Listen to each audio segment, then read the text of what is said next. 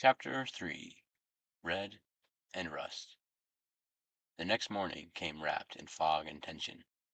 Henry stood beside a makeshift map laid across the hood of Judas's car, drawn in marker over an old state highway map. The plan looked crude, but it was all they had.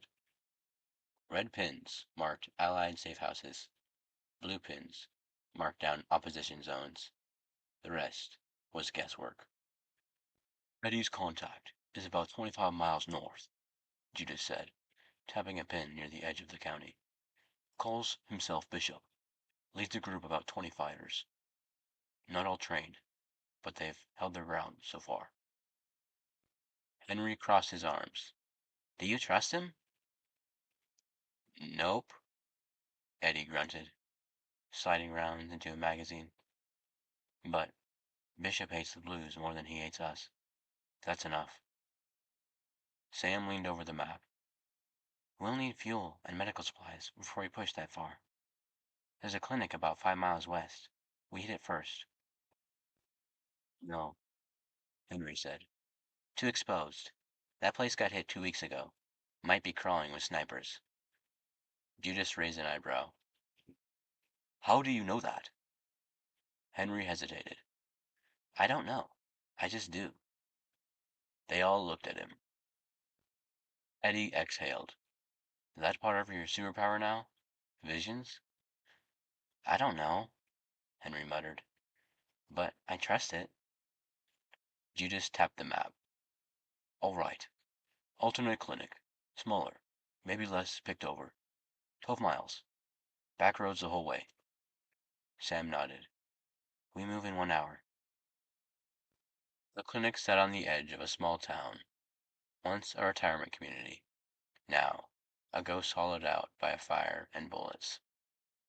The windows had been smashed out, and the entrance barricaded with garden fencing and overturned desks.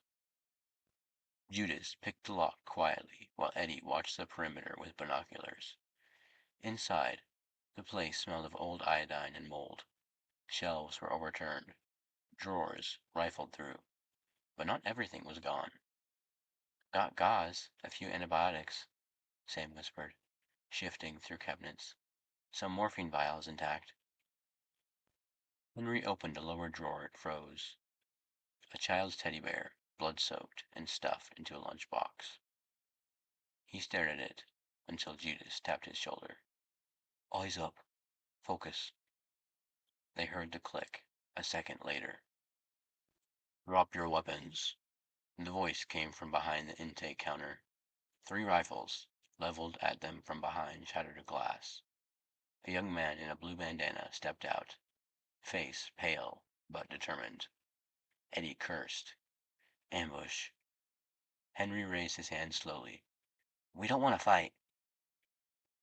No red walks out of here, the man hissed. This is blue land.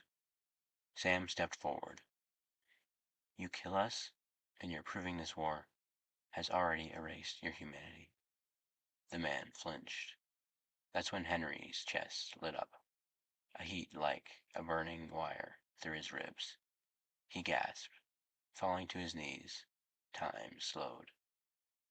He saw it, a vision, not of the clinic, but of the gunman's hands trembling, of his heart racing, of him hesitating. The shot would miss. The shot was never going to happen. Don't, Henry whispered, eyes locked with the man's. You're not a killer. The man froze, and for a moment it was enough. Go, he said, lowering his weapon, before I change my mind. Back at the safe house, no one spoke as they unloaded the supplies. The weight of what almost happened, what could have, clung to the air. Henry sat outside on the porch, rubbing his temples. Sam sat next to him. What happened in there? You saw something again, didn't you? Henry nodded slowly. Not like before. It wasn't pain. It was connection. Like I could feel what he felt. I knew he wasn't going to shoot. She looked at him, eyes wide. That's not healing. That's something else. Henry stared at his hands. I don't know what's happening to me. Whatever it is, Sam said, taking his hand, it's part of something bigger. Henry looked out at the horizon. Smoke still curled above the tree line. The world was still burning. But, deep inside, something new had taken root. He wasn't just surviving. He was changing.